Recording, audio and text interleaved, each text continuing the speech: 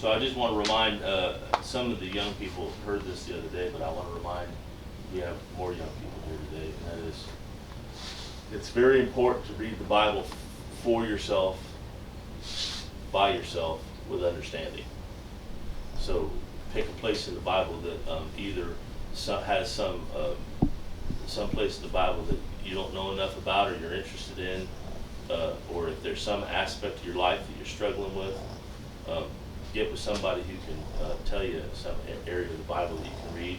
Read it slowly, and don't skip over concepts. You know, when you skip over concepts, what ends up happening is just about everything you read after that concept is watered down. Stop. Ask the questions.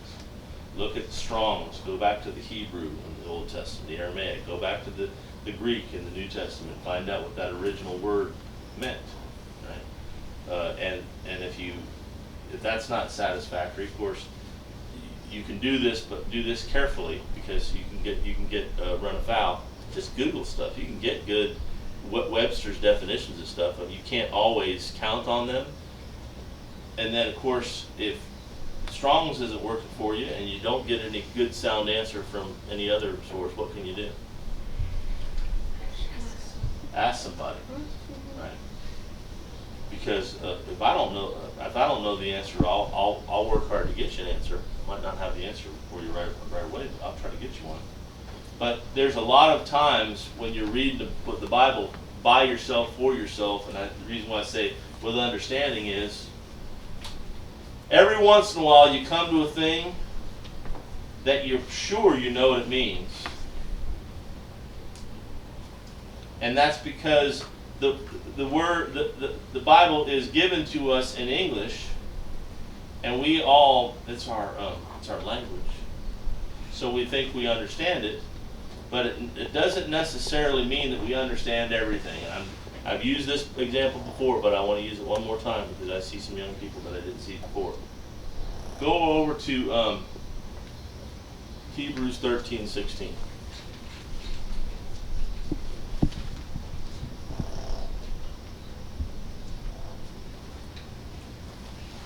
Who would like to read Hebrews 13:16? But to do good and to communicate, forget not. For with such sacrifices God is well pleased.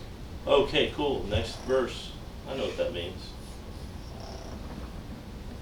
There's two things in that verse that you got to know. You got to know what to do good means, and that's not going to be a relative thing. And you got to know what communicate means, and you're not supposed to forget to do either one of those things. So in our normal vernacular, we go communicate. Well, it means texting, emailing, calling, voicemail, voice to text, whatever it is. They got to talk to you, and sometimes they actually have to talk to you. But the younger you are, the more prone you are to want to text somebody instead of actually calling them on the phone. That's okay. It's a weird thing, but maybe I'll tweet at you. I'll DM you. Is that what that communicate means? No, it doesn't mean that. Our common vernacular would have us think that it has something to do with the interchange of ideas, right? Verbal or written or whatever. That the Greek word is koinonia, and that word koinonia means, check it out, right off the bat, pecuniary benefaction. You know what pecuniary benefaction is?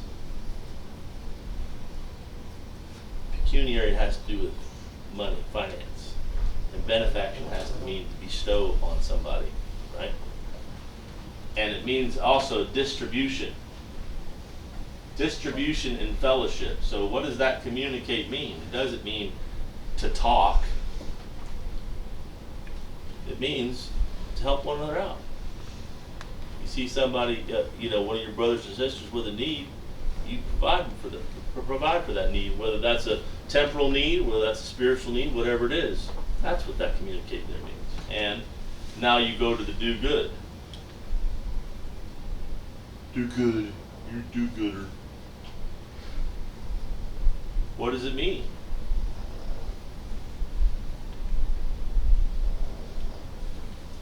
Well, it's the word root's simple there. It just means beneficence. What it means is